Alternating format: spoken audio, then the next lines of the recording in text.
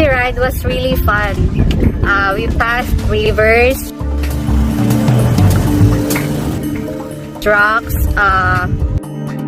terrains, and